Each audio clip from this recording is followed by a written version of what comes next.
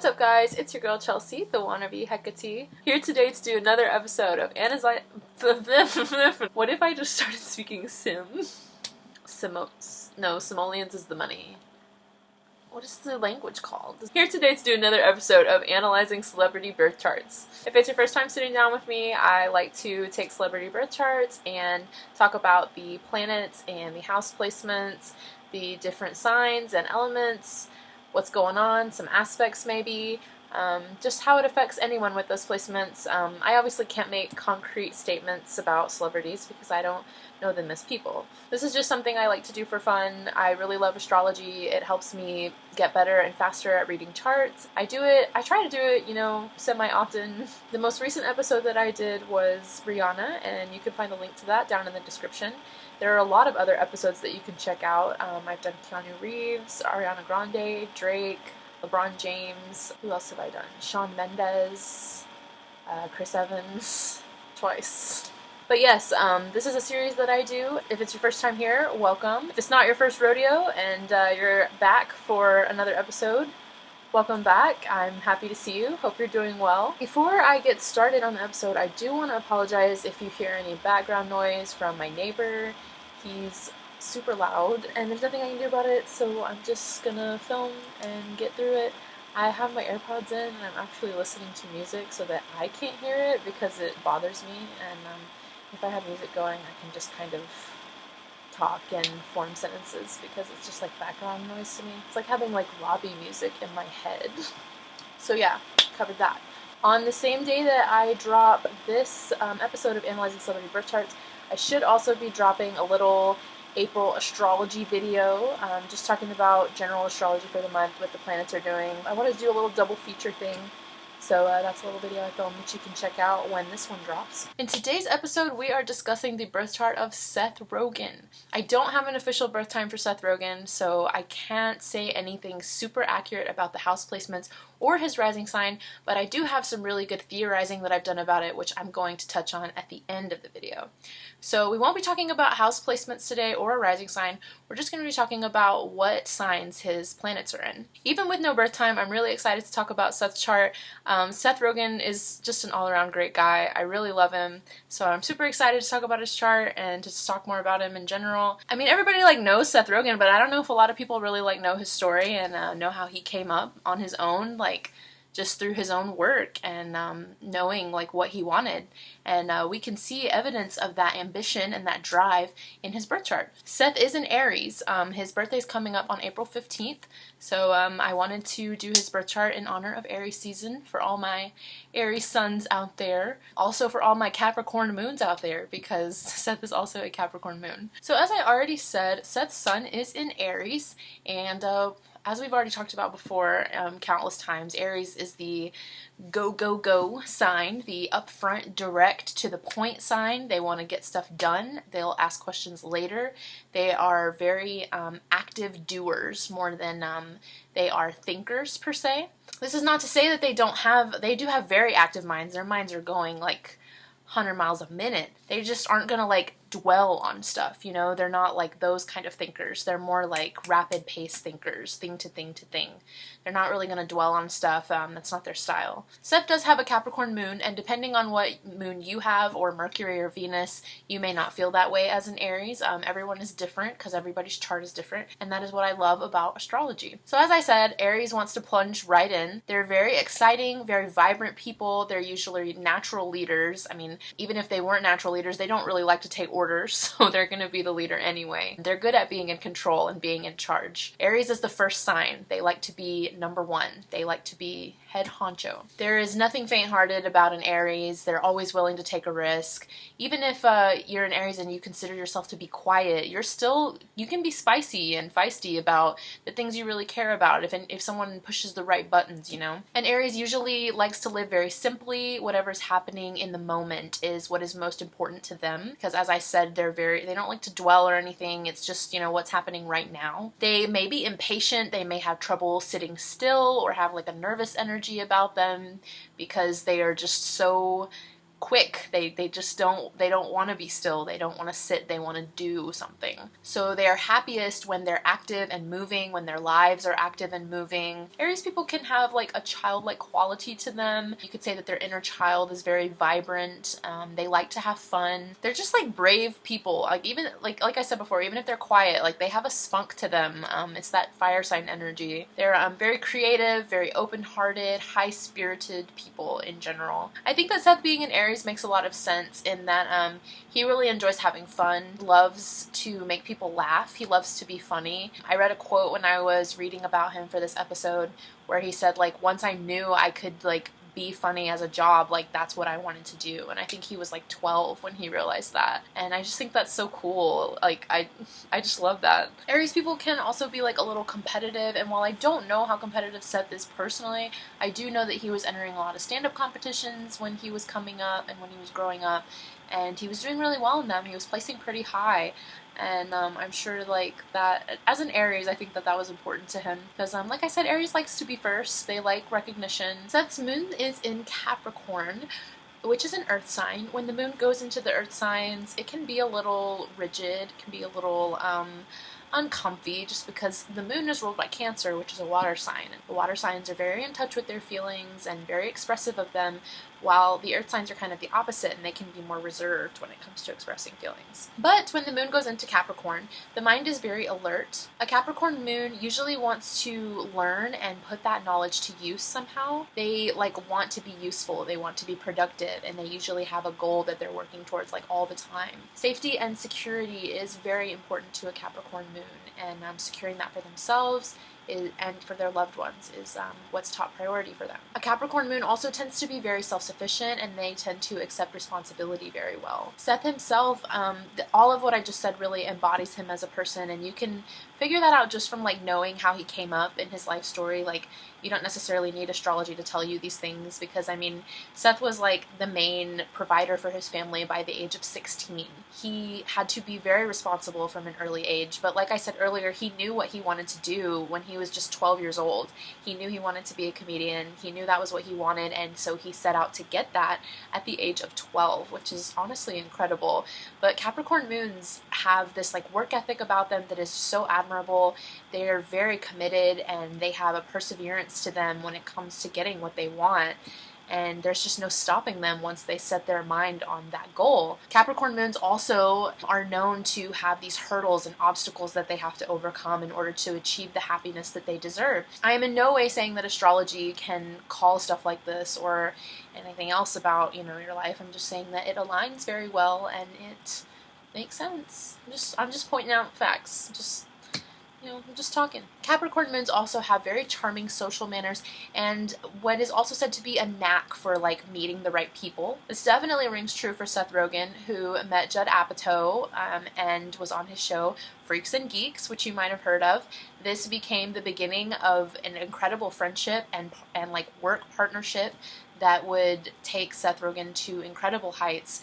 Meeting Judd Apatow was, I mean, a cornerstone, a pinnacle. Like it was a really big deal in his career for him to meet him and for them to forge the friendship that they have, the working partnership that they have. It's really beautiful. I love that Seth found that after coming through all that hardship that he went through, because it was what he really deserved, and now he's like super successful. Capricorn moons may want to hide their vulnerabilities behind sarcasm or a dry sense of humor, just because, like I said earlier, when it comes to expressing the emotions, they're a little rigid and a little awkward, reserved. They just feel like, they don't need to be showy with stuff like that. They're also very ambitious, very good workers, hard workers, but they can also be very hard on themselves. Might have to learn throughout life to kind of ease up and let themselves make mistakes sometimes. They're very good at keeping their emotions under control.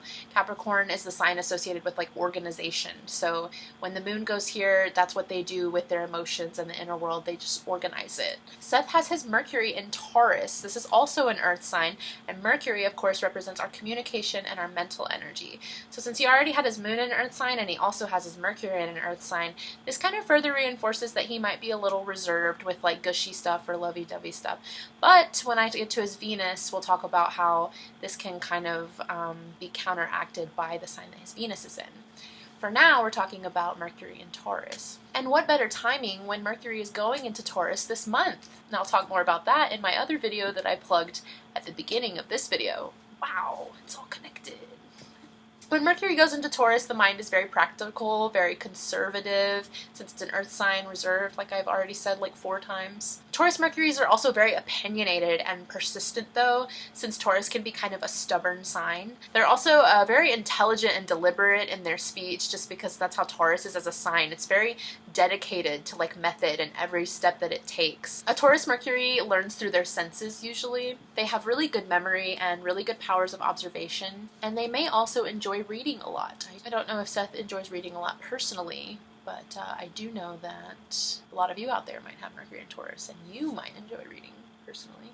A Taurus Mercury can definitely also have like a very dry sense of humor or sarcastic sense of humor, which we definitely see in Seth's work, and we can, we know his brand of humor, and very dry, witty, and definitely a lot of sarcasm. Seth's Venus is in Pisces, and this is what I was talking about earlier when I said his Venus might counteract all that earth sign stuff going on, since his Venus is in a water sign. When Venus goes into Pisces, it's very tender, very sentimental when it comes to emotions and love. They place a lot of importance on the happiness of their loved ones, and like I said earlier, Seth was like the main provider for his family just at the age of 16, and he really just stepped up and did what he had to do for his family, and I'm sure he never complained about it. He just knew, like, this is what I've got to do, and he knew he was going to be successful. He's got that Capricorn moon and an Aries sun, so that's pretty much I'm gonna get what I want energy. Pisces Venus people are playful in a sweet way when it comes to like relationships and flirting. They want to like feel out the relationship kind of more than they want to like commit at first. They just want to kind of Pisces is like the fish, they like to swim and flow with the current, and instead of really committing to one thing, they like to kind of commit to where the current takes them. A Pisces Venus usually tends to also like root for the underdog. They may be attracted to people who are in need of help just because they themselves are so willing to help others. They're very receptive though, and they're very open to possibilities, like I talked about earlier with like the current thing and going with the flow. So it can be kind of hard to pin them down, especially in a relationship, but once they do commit to you, they're very capable of just devoted, just deep, committed love. And I know Seth has been married since 2011. I'm pretty sure is the year that I read. I'm like 99% certain that's right. He's been married for, wow, that's going to be 10 years this year. Congrats to them. Seth's Mars is in Libra, and this is very interesting. A very interesting pairing with his Aries sun, because Aries and Libra are opposite signs. They oppose each other. I've said before on my channel, Mars is a spicy planet. So when Mars goes into Libra, it can kind of chill out in a way, because Libra is the very fair sign that wants to be balanced and treat everyone equally. So when Mars goes here, it can cause like a predisposition to think before acting, which is like the opposite of Aries energy, because they just want to do and then ask questions later. So Libra Mars people may want to like weigh their decisions, take their time, like look at the pros and the cons, since that's just big Libra energy. They're the scales, they want to weigh out the outcomes and pick the best outcome. So they like to take their time when it comes to decision making. They have a really good ability to make a great impression on people. They're very charming disposition. They also tend to have very unique artistic or literary talent. This is definitely true for Seth, who co-writes a lot of the movies that he's in. He actually wrote Superbad, or like the rough draft of Superbad, when he was just 13. So he's definitely a very gifted person. He's very talented. I personally love his movies, and I think they're pretty great. I don't really know anybody who doesn't like Seth Rogen.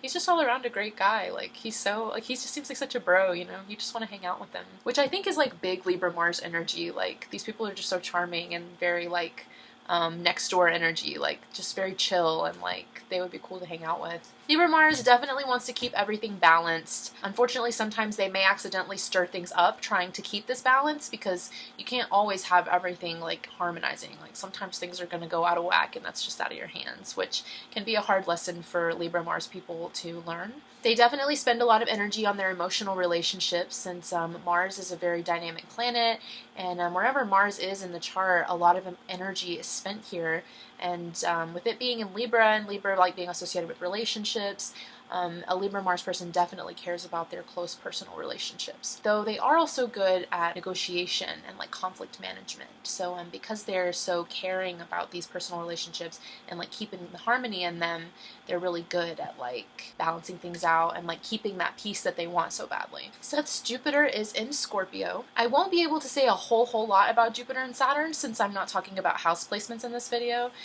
They are really more considered like generational planets since they move so much slower than the personal planets that we just talked about. Scorpio Jupiters do tend to be successful in artistic work, which we definitely see with Seth. They also have a good touch for choosing investments. I don't know if that's true for him, but if you have Scorpio Jupiter, you could maybe try your hand at that. They enjoy studying. They enjoy getting into like deeper meanings of things since that's what Scorpio is all about, like going into the depths and not just being content with the surface stuff. They value decisiveness, willpower, and strength, which I think also this like resonates with his Capricorn moon and kind of goes like hand in hand with that, like this. Overall, Scorpio Jupiter, very good willpower, very good personal magnetism, which is definitely true for Seth. Seth's Saturn is in Libra, which is kind of a nice place for Saturn to be in. Wherever Saturn goes in the chart, it can kind of be a little mean and create like obstacles and like lessons to be learned. But when it goes into Libra, these people definitely have like good judgment, the ability to make the right impression, which we've already talked about in other placements in Seth's chart.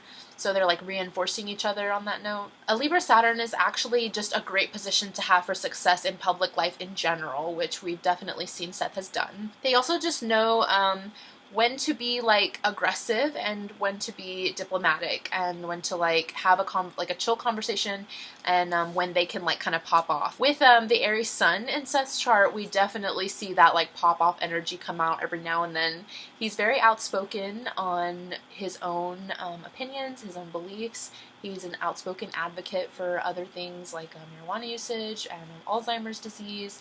He's like just what he's about is what he's about, and he's not afraid to speak out about those things. So that's big Aries energy, but also it's also big the Taurus Mercury that comes into that as well, since these are the things that like he values or the things that are like important to him. He'll definitely feel comfortable communicating about those things since what he values is ruled by Taurus, and then communication of course is ruled by Mercury. And then of course the Libra Saturn comes in on the tail end just because he'll know like when he can pop off and when like it's more of a chill conversation. As I stated earlier, I do not have an official birth time for Seth. I couldn't find one anywhere on the internet that was very reliable, so I decided to just kind of leave it alone and just talk about what signs the planets were in. But I did do some theorizing, and I asked my friend Shelby to help me out with what she thought his rising sign might be. Her guess was, I think we said Taurus was what, I think that was what she said. And while I did like Taurus rising for him, when I wrote it out and sketched out like where the planets would be in the houses using like whole sign house system, I didn't really like the placements as much for Taurus rising as much as I really like the house placements for Capricorn rising and Sag rising a lot. So I'll get into that here in a second. So ranking them, I think Capricorn is most likely, and then Sag, and then Taurus. So with the Capricorn rising, his moon would obviously be like in his first house probably, using whole sign houses. Like with Placidus houses, it like might go into the 12th, which I could also kind of see. With whole sign houses, it would be in the first house. The main reason that I really like Capricorn rising for Seth is because his Mercury in Taurus would be in his 5th house if he had Capricorn rising. And I really like that for him because Mercury is like the sign of communication. And if you had it in your 5th house, I feel like that really reinforces like the comedy aspect of his personality, his desire to do comedy as a profession, how important it was to him and how much he enjoys doing stand-up. I think that really comes through having Mercury in the 5th house like that.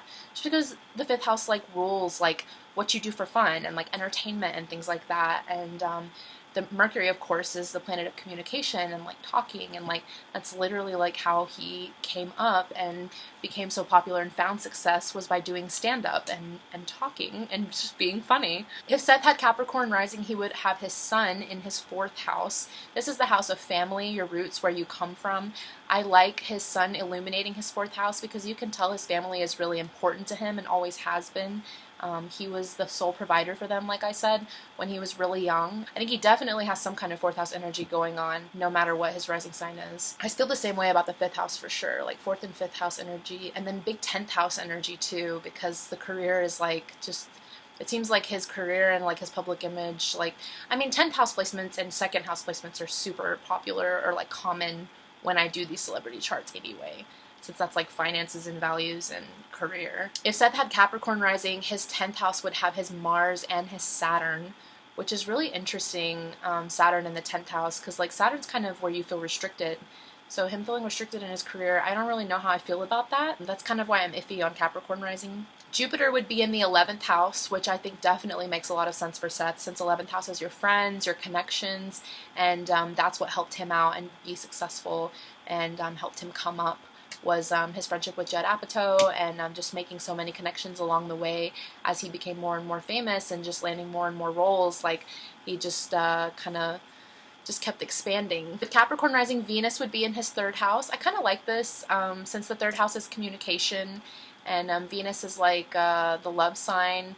I think with Venus being in the 3rd house, it would make communication really important to him, which it is, since it's like his job, but also it makes him kind of more comfortable with like communicating his feelings and kind of not like counteracts the earth that's going on, but like balances it out in a way, because the earth signs, like I've said, are really rigid. I like Sag rising for Seth because it puts his sun in his 5th house, which would really reinforce like the inner child energy and like the wanting to make people laugh and like wanting to be a source of like entertainment or like, you know, happiness, and like just the sun like kind of belongs in the 5th house in a way. That's the house that rules it. It's very comfortable there. And it being in Aries, which is a fire sign, it's ruled by Leo, which is also a fire sign. So it would make a lot of sense for Seth to have sun in 5th house, I think. So that's kind of why I like Sag rising. It would also put his Venus in his 4th house, the house of family. So I think that makes a lot of sense since his family is so important to him. With Sag rising, his Mercury would be in his 6th house. I think this makes a lot of sense since Mercury is obviously the planet of communication, and the 6th house is like your work and your routine. Mars and Saturn would both be in his 11th house with Sag rising. I find that very interesting. I think he definitely has at least one planet in his 11th house, no matter what rising sign he has, just because like the 11th house is like your friends and connections, and like I've already said before, like his friends and connections have been really important to him throughout his life. With Taurus rising, his sun would be in his 12th house and his Mercury would be in his 1st house. Mars and Saturn would be in his 6th house, which I can kind of see for him since the 6th house is about like work, routine, and Mars here would kind of inspire him to have a very good willpower and work ethic, which I think he definitely has. But I mean, I could also owe that to his Capricorn moon. Venus would be in his 11th house with a Taurus rising, and that's probably my favorite placement for Venus in these 3 different risings that I've been discussing, just because, like I said, the friendships are so important to him, and with Venus in the 11th house, that really does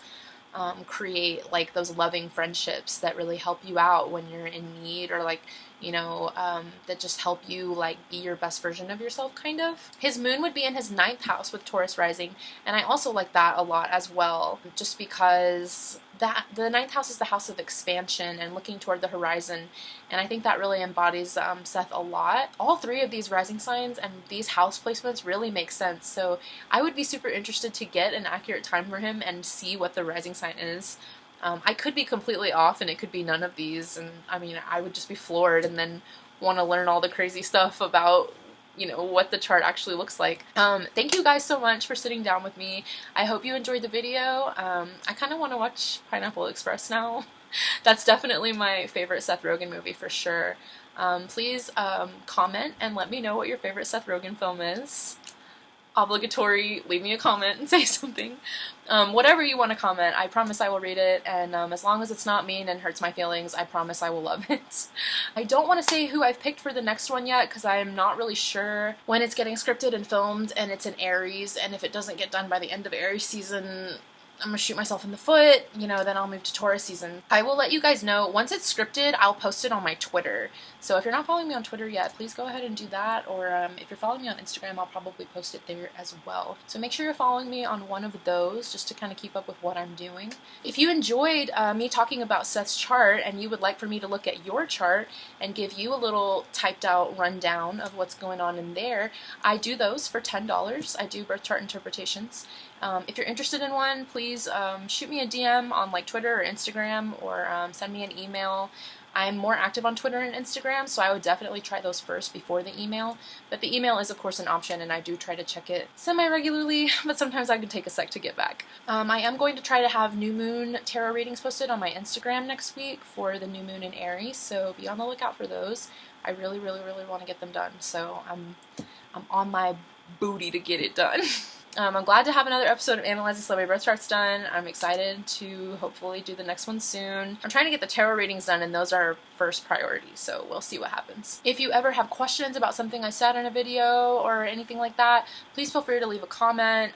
Feel free to message me and just reach out. I'm pretty chill. I may take a little bit to get back sometimes, to be honest, but I do get back eventually. So yeah, make sure that you like the video if you haven't checked out my other episodes. There are plenty of other episodes of Celebrity Birth Charts to check out. Please follow me on Twitter or Instagram if you are so inclined. I would really appreciate it, especially my new Twitter. I'm excited to be posting on there more, building that up, and hopefully posting my tarot readings on there as well once I get back to doing those regularly like I want to. I feel so productive. I filmed 2 videos today. All this Aries stuff going on, and then we got Mars and Gemini. It's fast-paced, and I talk about that in my other video that I'm going to post at the same time as this video, so make sure you check that out. That's it. Wow, I suck at conclusions. We will see each other again soon. Drink lots of water. Be kind to yourself. I just suck at I suck at saying goodbye. Alright, love you, bye.